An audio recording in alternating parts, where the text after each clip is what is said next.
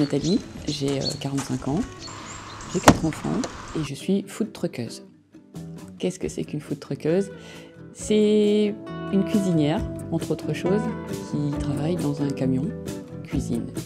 Je suis itinérante, je bouge de ville en ville, d'emplacement en emplacement, d'événement en événement, en fonction des besoins d'une municipalité, de particuliers ou d'entreprises. J'ai toujours adoré cuisiner. Alors, pendant très longtemps, j'ai pas pu cuisiner pour des raisons diverses et variées et j'ai une amie qui m'a demandé de faire son repas de rebond de mariage. Et là, je me suis dit, ouf, ça va être compliqué, comment je fais faire hein. Et je me suis dit, en rigolant, il me faudrait une cuisine sur roulette, quoi. Et là, ça a fait un peu tilt. Au départ, c'était une boutade et ça s'est transformé en idée et en projet ensuite. Une cuisine sur roulette, bah ouais, c'est très bien.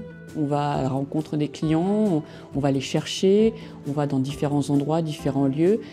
Si ça marche pas à un endroit, on bouge et on se rend disponible pour justement des événements différents, variés, avec la cuisine toujours avec nous. Un peu comme une tortue qui a sa maison sur son dos. Moi, j'ai pas ma maison sur mon dos, j'ai ma cuisine. Il faut vraiment batailler, oui. Moi, j'ai mis 3 ans à préparer le projet. Et même une fois que le business plan était prêt, etc., ça a été un parcours du combattant, oui. Et le fait d'être une femme, encore plus. Alors, j'ai vu la Fondation Harold Falleraut dans un reportage à la télé. Justement, ils aidaient une jeune femme qui créait un food truck. J'ai été voir sur leur site internet et j'ai dit « Ah, ok, bah, il y a une section effectivement d'aide et d'accompagnement à la création, enfin aux porteurs de projets qui sont au milieu rural. » J'ai dit, bah, c'est un peu mon cas en fait. J'étais un peu isolée, petit village où il n'y a personne, précarité, c'était aussi mon cas aussi à l'époque. J'ai dit bon, ben, j'ai été voir, j'ai rempli le dossier. J'ai eu un entretien très long, très riche, très intéressant avec plusieurs personnes. Et là, ça a fait boule de neige, quoi. Ils ont vu que le projet était sympa, qu'il tenait la route, qu'il était étudié.